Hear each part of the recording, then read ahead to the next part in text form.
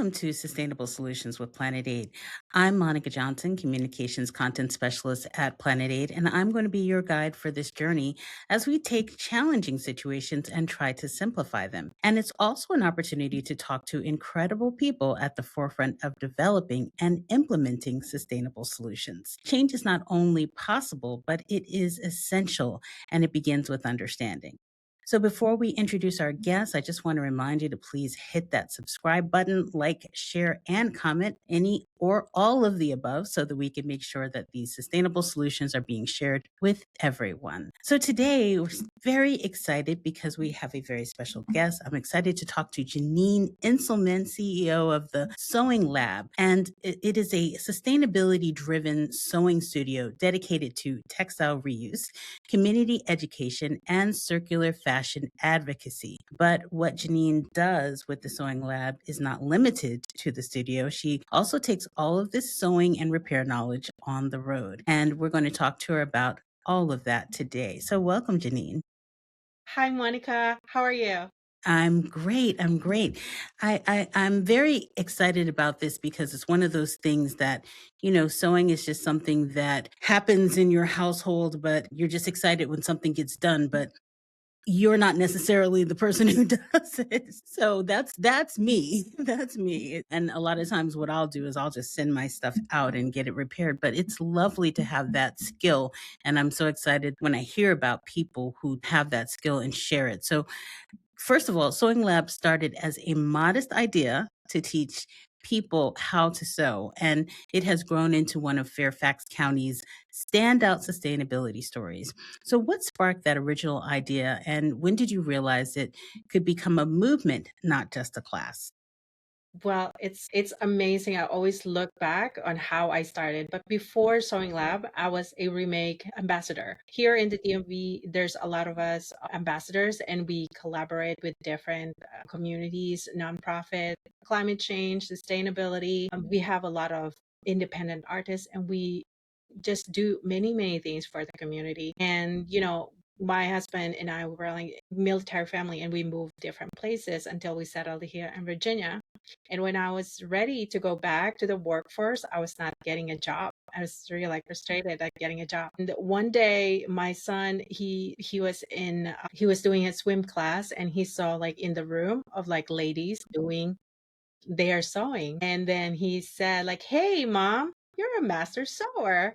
And I said, I am really. So, but I was teaching at our church, and that's how I realized, yes, why not have a sewing school? I would love to teach. I always, when you're 5 years old, what do you want to be when you grow up? I always want to be a teacher. And it took me a long time to finally become a teacher. So now, I realized I wanted to teach kids. I really wanted to have like basically like kind of like a sewing room where I can teach kids. I really love teaching. I love teaching kids. And I thought I'll teach kids, and then I can also teach adults. And that's how I started. But when I was thinking of like how I don't want it to be just a school. I want it to be like my passion about talking about, okay, if I were into fashion, but I wanted to be more of like, how do we make clothes? Because that's remake is all about. We talk about like the people who makes our clothes, like how we value those people who makes our clothes, the impact to the environment of just creating clothes. And so that's where I start. I always want to incorporate that as the heart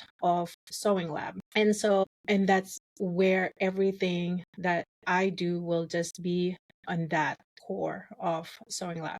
So we teach kids and adults, and then eventually after 6 months and just going to networking, I learned a lot. This is my first like gig of like real business, and I learned from other business owners as well. So when I look at my numbers, I have more adults. That surprised me a lot.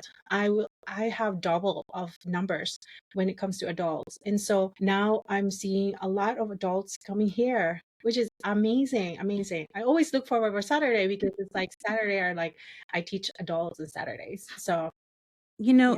It's funny because when we were talking offline, I just shared with you that this is one of those things that for me it skipped a generation because my mother, my mother's mother, my grandparents, great grandparents, of course, they all knew how to sew because it was just something that especially women just did. But I think that it did kind of miss a couple of generations because it just didn't transfer. And I'll say I did not want to learn necessarily. And my mother gave me the sewing needle and all that kind of stuff, but I just didn't want it. I didn't want, I was like, I didn't want home economics. I didn't want any of that. But I tell you, it's such a great skill that I think it kind of got pushed aside because we wanted to be a little bit more like, I can do other things. So tell me a little bit about that. And also, let me just also say that you have a background in advertising, media planning, market research, and public service. And that came from when you were working in the Philippines before you launched the Sewing Lab. So, how did that multifaceted background shape the way you built a sustainability business from the ground up? Actually, like, all of us, we go through a lot of like different stages of our lives. We experience so many things. And I think that's always like a preparation for us to get to our next level. So I think like for me, this is my next level. And those preparation helped me a lot, like shaped me tremendously to become like a leader that I am today. When I used to be like the executive assistant of the senator, I have to pay attention with everything, every single thing. I can't make mistake. So that kind of standard to how you talk to people, the kind of service. You have to be sincere of talking to these people. They are relying on you. So that's the kind of leader of like where I was serving. And I have to be that, like the role model. And then I moved in Dubai and worked in an advertising agency. And that also helped me. That communication is so powerful, how you communicate your message. So at Sewing Lab, we're very black and white on what we do. Our mission, what we do in the community, it's always for the benefit of everybody. And I think when you talk to people, like you're not like, building, we have greenwashing. We can sense if you're fake, if you're just like marketing it. No, at Sewing Lab, what we do is really on the environmental and helping the community. That's really it. So my background helped me to who I am today, and the kind of leader that I want to be is on that purpose. And you're talking about like the generation, and then I tell this a lot. Like I did a lot of like reading and research, like what happened. Why is it that there's so many adults? It's like, and Monica, you're not the only one, so don't blame yourself. It was not your fault. It was not available. It was reduced to being, even until now. It's just like, that's why I'm so loud on talking about like teach this, put this one back at school, because this will create a lot of domino effect. So when I was like reading of like what happened during like the before and after like we had the industrial revolution, there's so many opportunities that open up for women, and women grabbed it. And usually it's the women who's teaching their children, just like cooking, and it's part of our lifestyle that we have to learn that from that generation to another generation. And so it opened up. And then in the 1980s, they reduced that from focusing that on teaching at schools, and they put more of focusing on STEM to prepare the high schoolers when they go to college. So that's their focus. And so we reduce all of those basics, like it's like I don't even know how to do a lot of like fixing anything in the house, Right. cooking, they became minor. So even to include sewing. And so now we're seeing it like just the reality of it. Most of the adults that comes here, they want to learn first to fix their clothes, to make their clothes. And also some of them will complain, oh, you know what? It's so expensive to go to alteration shop. Might as well learn it myself and then invest in myself so I don't have to spend that money. Just perfect. That's really the goal of Sewing Lab is for you. We have shortage of seamsters and tailors. So the goal is might as well teach you. So in years time, even the kids, we will have less of need to have seamsters and tailors because we have less anyway. So if you know how to sew, less of people complaining of like why it's so expensive, because it takes so much, it's time consuming to fix clothes. So I don't blame them for thinking of that. It's you're paying for the expertise and the time of Right. fixing things. You're right about that. Even at the place where I go to the cleaners, and there's a person who does the sewing, but she only comes once a week, and it's like catch her if you can, So we do need more people that know how to do this, and everybody's not going to. Let's just say this: everybody's not going in the same track. And sometimes you can have, these tangible jobs out here that we need skilled workers. We need skilled workers to be able to, be able to do our plumbing, to be able to do our electrical work, to be able to do our sewing. We need these kinds of jobs to be available and for people to know how to do that. So, Yes, mhm, absolutely. Like even other services, it's like just like what you said, plumbing and all of this, they are needed. But you know what's the sad part of it? They thought that these are leftover jobs that right. they don't deserve like a great pay. We get a lot of I get a lot of like stories from my friends who owns the same businesses that they get the same thing too. It's like it's an easy fix. I mean, but the years of training to understand Hmm. that's why it's easy fix. Like even Right. for me, I will do small alteration and I can finish it in that. But it takes time to understand that this fabric is different from another fabric. And it's going even for you, it will take you a lot of time. But for me, because I know the kind of fabrics, the kind of Right. needle, the kind of tension and all that, I can easily do it in like 15, 20 minutes. But for you who doesn't know that, you still have to figure it out. Just like I think anything else, Right. even Trial and error. technology, time to learn it and master it. So same thing as like with skills is it's trial and error and years of mastering it. So yeah.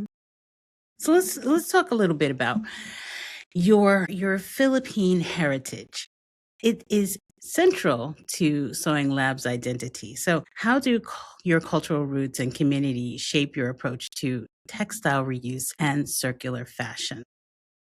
Let me put like a little bit of like a story of like textile that relates to Philippines. In the Philippines, we have our national, like traditional gown. So I always adore like the communities where they still wear theirs. It's like we lived in Hmm. Japan and they still wear their kimonos on their special occasions and even summer on like, they just go to the park and they're wearing yukata or, the Africans, if they're like, having celebration, they're all wearing everything. It's like for Philippines, our traditional is Filipiniana and they have to be made on like pineapple fibers. But what's happening now is like also the decrease of the natural fibers of pineapple because of the same generation problem. The makers of those fibers are owned by families, and the kids do not want to continue that. They want to be in the city and find a different job. So now there's a decline as well of manufacturing all of these. So we have to start making it on like synthetic, which is sad because it's more of like your culture as well that it's Right. going to die. So it's why I'm just like always paying attention with countries that has like all of these, like India is very very good in like keeping all of these saris. Mhm. Like textile is also a culture, so the more that we're reducing chance of people learning all of these skills, it will culture is also going to, it's not going to die, it's just going to decline. That children will not see it in action, they will just see it maybe in pictures possibility. So in the Philippines, that's what I always look after too, is like how we value of like that Philippine fiber because it's our identity. It's so good. That I never really thought about it the way you just said it because, textiles, if there's not somebody to kind of keep that going, my goodness, it just kind of fades out of existence. You see it at a museum somewhere. Yeah, So, yeah, you'll just see it in a museum. It's not like hmm, every day you're going to wear it. Like it right. takes pride to wear it. I would love to just like I have one. It's like I Hmm. always have to wait for a special occasion to wear it. But what if we can just like wear it on a ordinary Right. day going to work? But Very it's good. your pride of Hmm. wearing it and representing your country. So I've heard that you said that sewing is not a hobby, just a hobby, but it's a resistance against disposability. And every person who learns to mend is one less person trapped in disposability. Can you tell us a little bit about that philosophy? Imagine if, for example, a student will come here, just give us like an hour and a half. That's just like we call it day one. It's just for you to learn how to operate the machine. And here we're always like focusing on as much as possible, you're going home with a project that you did for that day.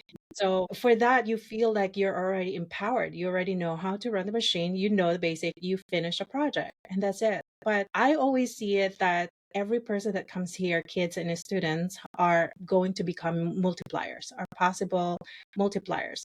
If you're going to learn, imagine this: Monica's going to come, Monica's going to learn, and then Monica, in her lifetime, how many pants she's going to hem, that possibility that she's not going to throw.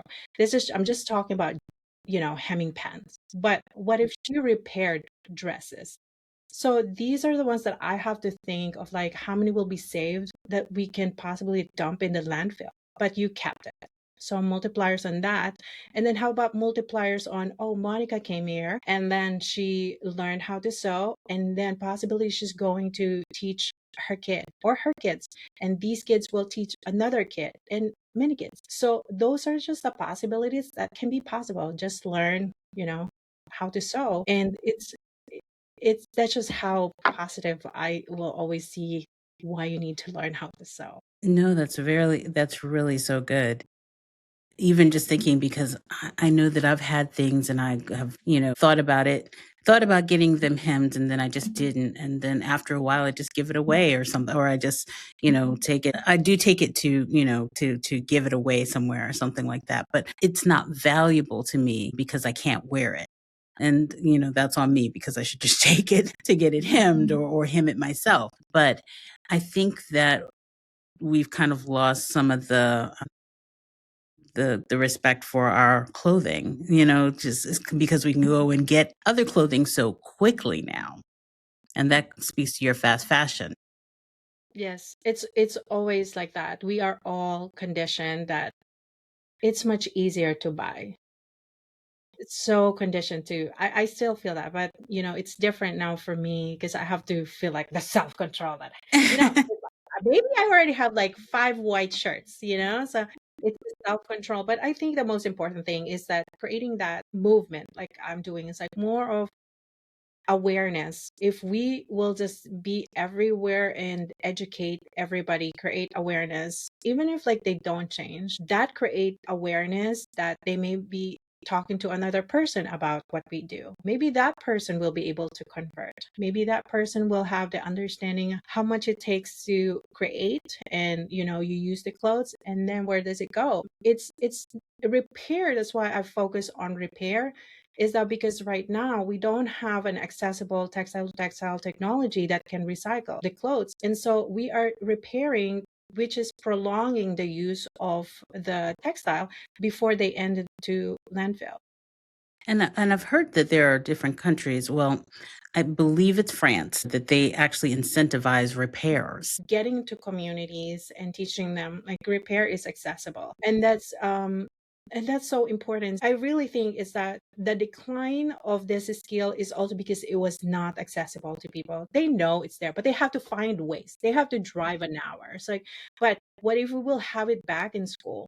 What if we will have it back in different centers? Or what if we will have it back in different communities hosting different kinds of repair cafe, Papa repair cafe, like what we are doing at Sewing Lab? Community should see it accessible. Then, what, I'm just gonna give this away, or it's that less of that because it's not accessible for them to repair it. So they don't see of that value to them because there's no use for it. It's just hanging in there. That's why it always drives me to find ways to make it visible and accessible to the community, that it's doable. And I think that's why a lot of these social media upcycling videos are great just to promote that you can do it, that normal people are able to do this. Yeah, and that's what I'm always like. This the power of communication and social media more than ever today is so. I mean, it's amazing. Like just today, I was reading an email that was yesterday, was sent yesterday, and I responded today. And LinkedIn is where I always like write about how I feel. So someone reached out to me from Indiana who wants to send me some things. I mean, I always get, Monica, all the stuff that we have here, 70% are donated by the community.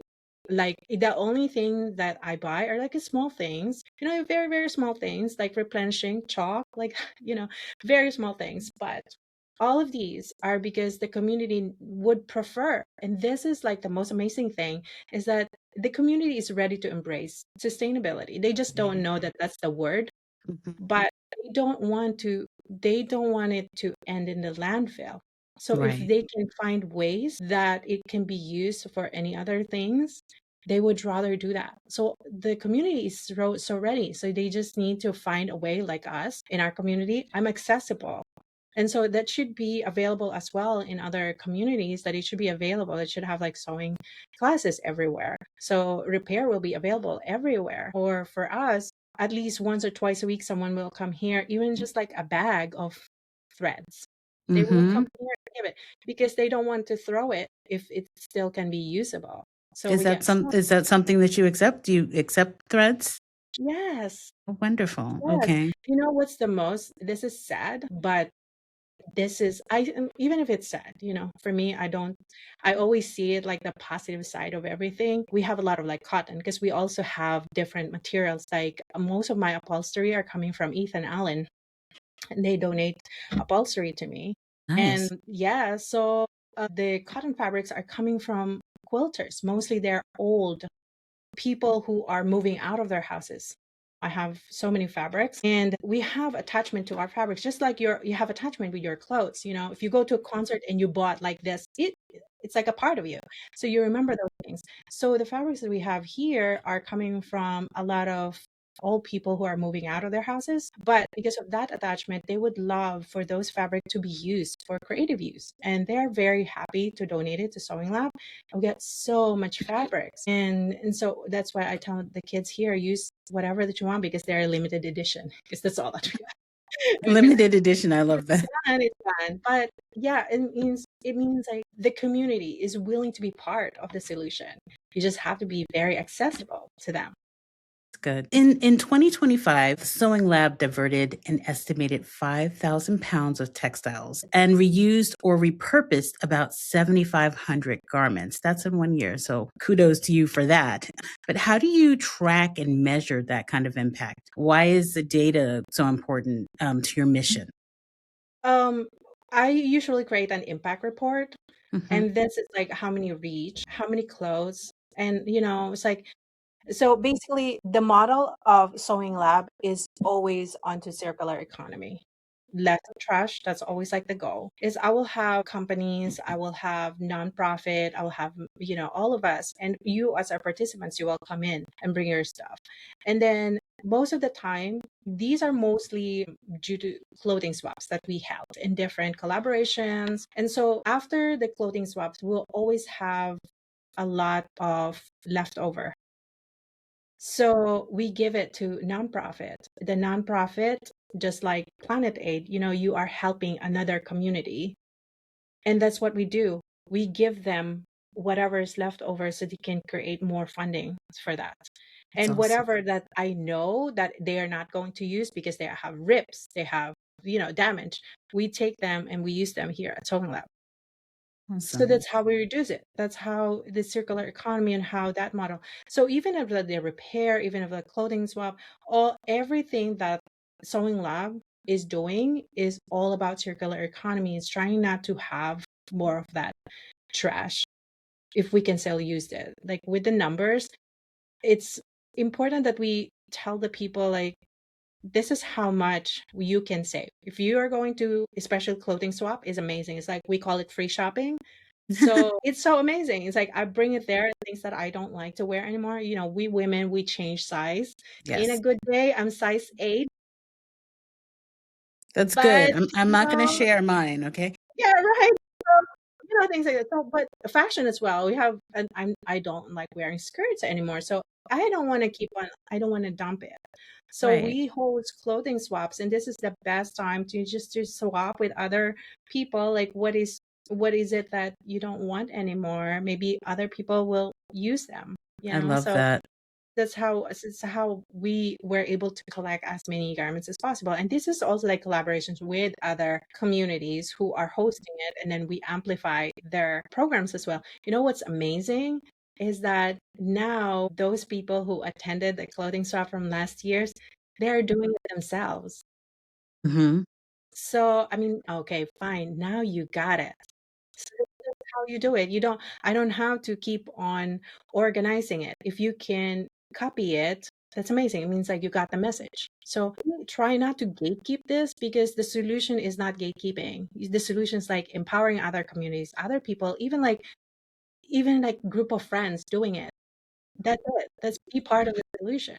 And that is really what that's all about, because it doesn't have to be some massive thing. It can be something that's very small among friends, but yet and still the same solution is coming out of it, that clothing isn't being thrown away. It's being used, and it's actually being used by somebody who appreciates it. So because Yeah. you have to select it, you know, if you're swapping something.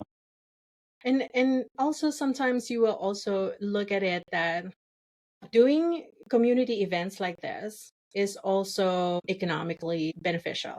Since there's no cost to it, I don't have to keep on buying. They don't have to buy. There's no trade on that. Even like when I host clothing swap, it's all free. But I make sure I collaborate, because it's so important that businesses understand that they can also be part of it. Nonprofit can be part of it. It's like, because all of us are in this community. So it's so important that all of us should have participation in sustainable practices. So this, yeah, So this. good. That's so good. I love that, because I've been talking about this a little bit lately, especially clothing swaps, and I'm interested in doing one myself. So, Yes, yeah. we love clothing shops. Yeah. This one is from clothing shops. Like most of my clothes, actually like from clothing shops. It's amazing. Wow. Okay, so let's talk about this spring. This spring, you received a 2026 Bronze Governor's Environmental Excellence Award from Governor Spanberger for your Circular Fashion Education and Textile Waste Reduction Program. That's awesome. So kudos again to you. So, but what did that recognition mean for you, and for the broader case that small community-led efforts can move the needle on textile waste? It's I still cannot believe. It's unbelievable, because exactly 1 year, last year, I won the Fairfax County Environmental Excellence Award. That's the Nice. business category. So it's the highest award for the business category. And then after a couple of months, I won the same award, but on the governors. So it's the whole Virginia. Nice. And when I saw the list of like the winners, I just can't believe, because it was just me. I mean, can you Mhm. believe that? It's like, it's me planning everything, putting things together, but it wasn't really me. I was just leading it. The Right. one who made it doable are the companies who collaborated with me, the nonprofits, the people who came and created awareness. Those numbers are just not numbers. They are validation that it's a person like me who can just lead and take the initiative can do it. You don't need 50 staffs. You don't need massive budgets to create a change. You just need a mission and action to do it, and find people to work with you. That's the drive that I did. I did it like, with all my heart and hard work, and it paid off. It was hard. Mhm. It was real hard. It's not just mentally, it's physically. Like you just go different places and you do all of that. But then what this award means to me is that you just have to be part of that change. You just do it. You just have to create a plan that is doable, and that is easy to understand for people. And that is like circular fashion education, because it's not just a fashion itself. The way we're doing it is educating everybody, not just business, but also the nonprofit, the students, because I also did it at George Mason and Northern Virginia Community College. So all of these, and I also do Fairfax County public school as well. I do all of these, like creating this awareness, educating the community. What the moment that I think of like this is so powerful is education, educating community what they can do, Right. as instead of like, this is what you're going to do, this is what you're going to do, but this is what I'm doing, and I think this is what you can do, so we can do it together. It's just so doable being there as a community. So I until now I still can't believe, like, oh my gosh, I'm still baby as a business. But this recognition means so much. And like you Just said,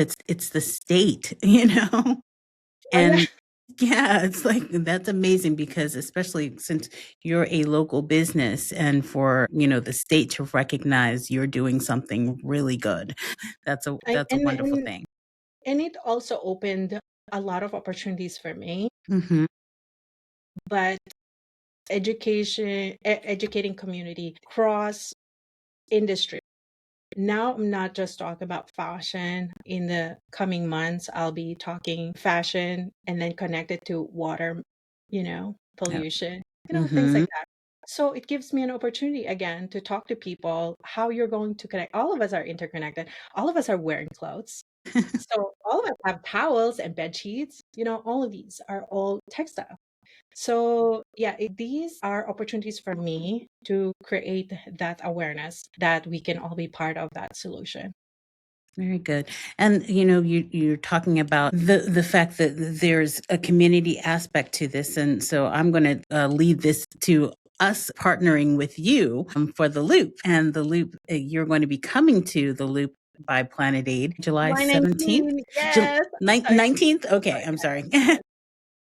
So you're going to be coming, and tell me a little bit about this pop up mending tour that you're doing. I'm going to tell you something where I got this idea of the tour. It's because of Taylor Swift. So we did like a world tour, and I thought we can do that, but we're going to do our own spin. We're going to do some mending. And Yes. so now what we do is like Sewing Lab this year is highly focusing on to going to basically focusing on repair. And then we Okay. go on we go to different communities, especially those communities who are really like focusing on sustainable practices. So we did, for example, we did 2 months ago, we did in a reuse center. Manassas is it's a reuse center in Manassas in Hmm. Virginia. Now we're going to do a reuse center in Alexandria, in Leesburg, and now isn't it fun? We're gonna go all the way to Baltimore, and Yes. so we're also going to do DC. So all of these are in the DMV area. Let's go and do something. And again, it's like if we are visible and so accessible to the community, it's so important for them to see that it's doable. So, Yes. we'll do some repairs, very basic that you can see like that, and we'll show you like, some easy things, tips to, take care of your wardrobes. Or we can also fix this simple thing. We're not going to do resizing because resizing is like That's a a whole very thing. long process. Y- It's a very long process. We only have like 3 hours. We're going to try to accommodate as many as possible that we can do some repairs.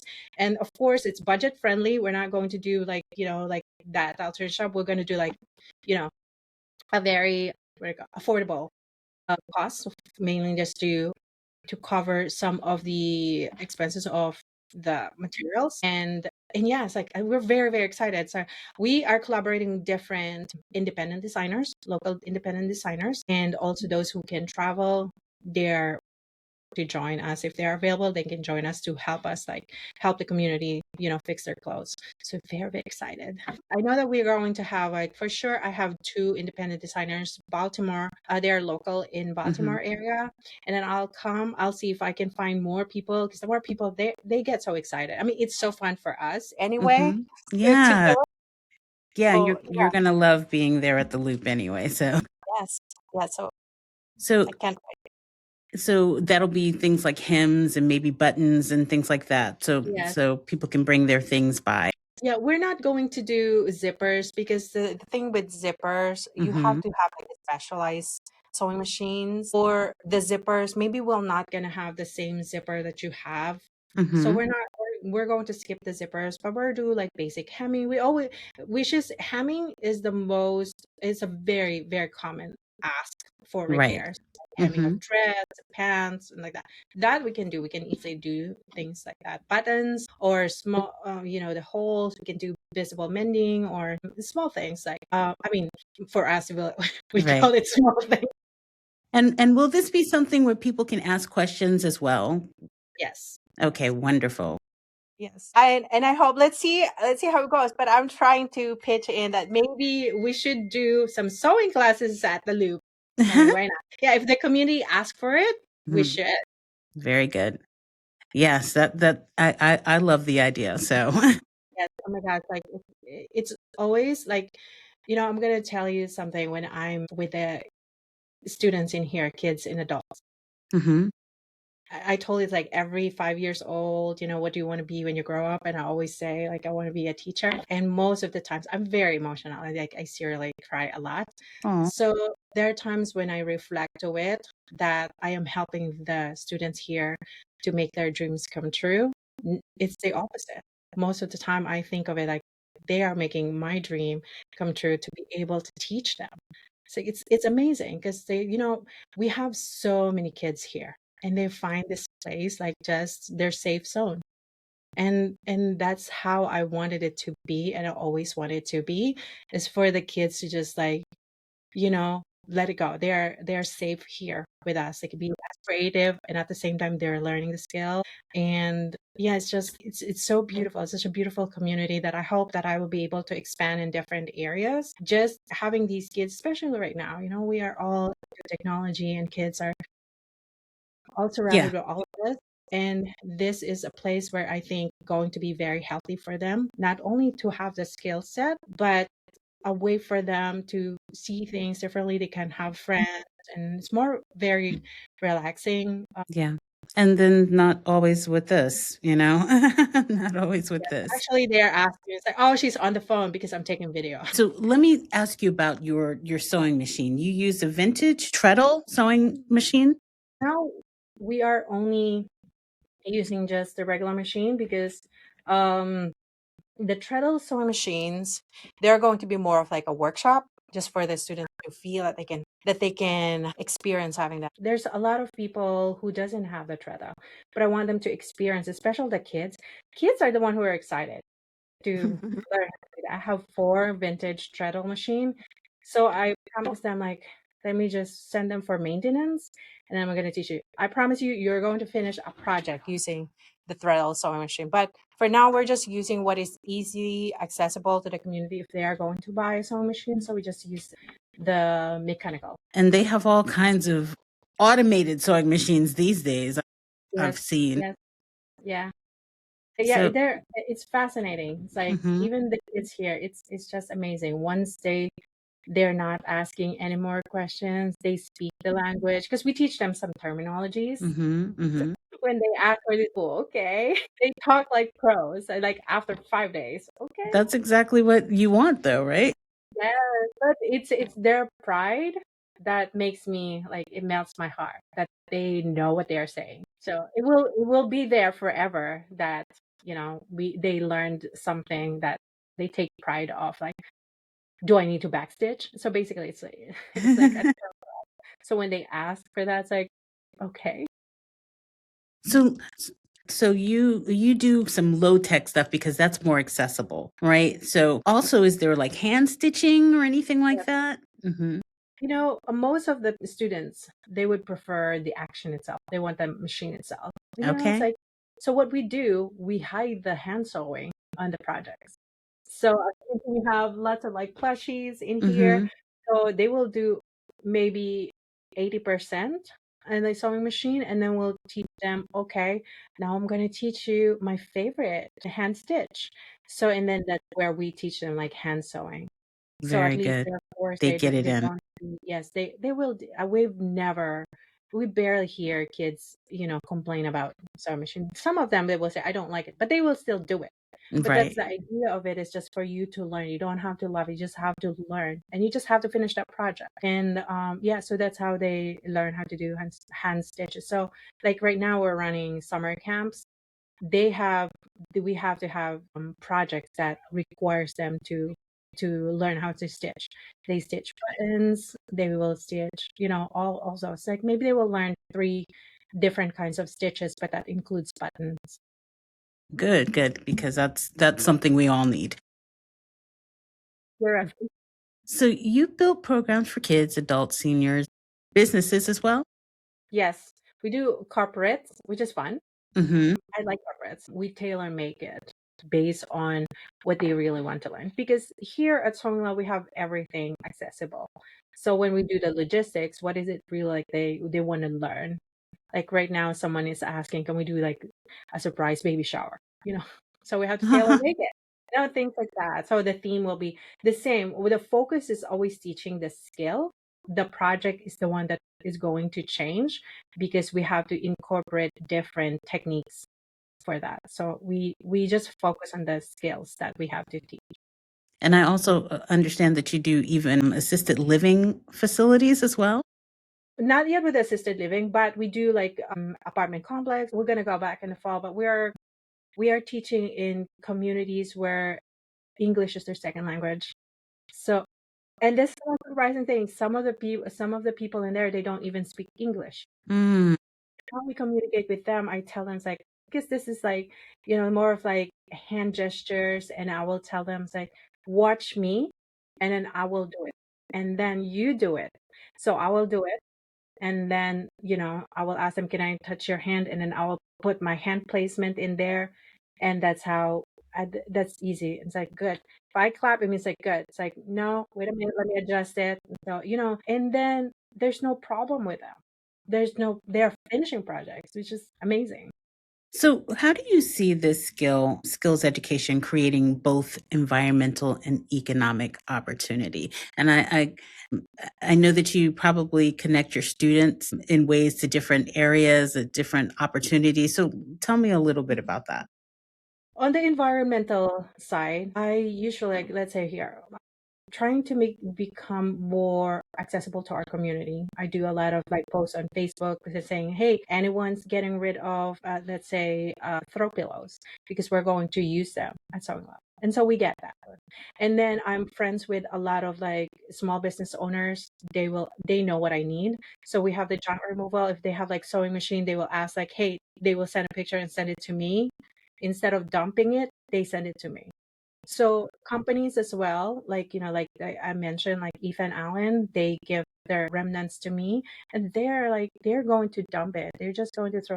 They're happily like just sending it here because it will be used. Right. So on the economic, side of it is that for other companies, instead they put it on, it's like on the tax, like Hmm. we Yeah. donated, or we, it's like that. And then also for junk removals as well, they put it in here of like, we donated. And for the students in here, we tell them, you know what, you can use bed sheets. It's the same. So even if like if you're going to buy new ones, try the 100% cotton. It's much, durable, and then it will last longer. Make something out of it. Like even one bed sheet, you'll be able to make so many things. And we I'm have a student, sure. that's her favorite, is bed sheets. She makes skirts, all of that, just bed sheets. She comes here, she's ready. I just have to correct some of the things, but she uses bed sheets. So we have a lot, like right now, we've collected a lot of pillowcases. We are for Sewing Lab, not only an environmental, but it's also, this is the reason why, I was explaining to one parent is that our price range, even if it's on a ratio, Sewing Lab is basically on a prime position because our ratio is 1 teacher to 5. We don't want to become like big, That's because actually good. the most important thing is for the students to learn as fast as they can. Like, it's like more attention for each and every student than having like 20 kids in one room and one teacher. So the educational part of it is more important to us. So in the positioning of Sewing Lab is always like on the prime, but we are not on the highest cost because our expense ratio is so low, because we don't buy fabrics, because we get so many fabrics. We use like a lot of pillowcases, bed sheets, those left over from clothing swaps. Those are the ones we can play if we want to do upcycling. If we want to teach them, especially the t-shirts, now we're opening classes about textile. The t-shirts are the one that knits. So we use that as an example. If you're going to sew knits, this is how you're going to sew. Like now we become technical, but we have all of those materials ready for us to use, coming from clothing swaps. They are like free. And it's like, These it's, clothing swaps are just, they are I just know, so yeah, I mean, incredible. it's so beneficial to have to Mhm. host clothing swaps. I mean, Mhm. there's so many benefits of it, especially the education part that we want the community to understand why we're doing it, and they're very much willing to embrace it. And I'm just like beyond proud how far, we've come, because now other communities are reaching out to me asking questions. How did you do that? Okay, this is how we're going to, what are we missing? Now they are doing it, like, the friends are doing it, churches are doing it, they sometimes I will just get all of these emails that they are just asking for, what are we missing? What are some tips that we need to know ahead of time?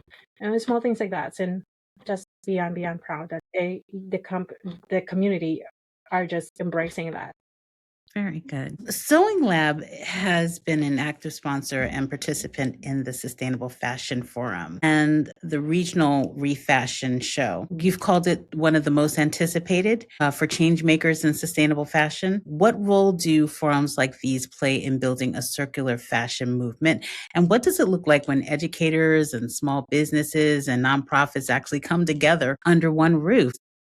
So to make a correction, for the Sustainable Fashion Forum, I'm just attending, but that's one of my favorite. Like that's one of my favorite because that was my first. I have learned so many things. The first thing that I like about the Sustainable Fashion Forum is that if you're attending, we are not wearing like IDs with names, just your name. I will just put name in there.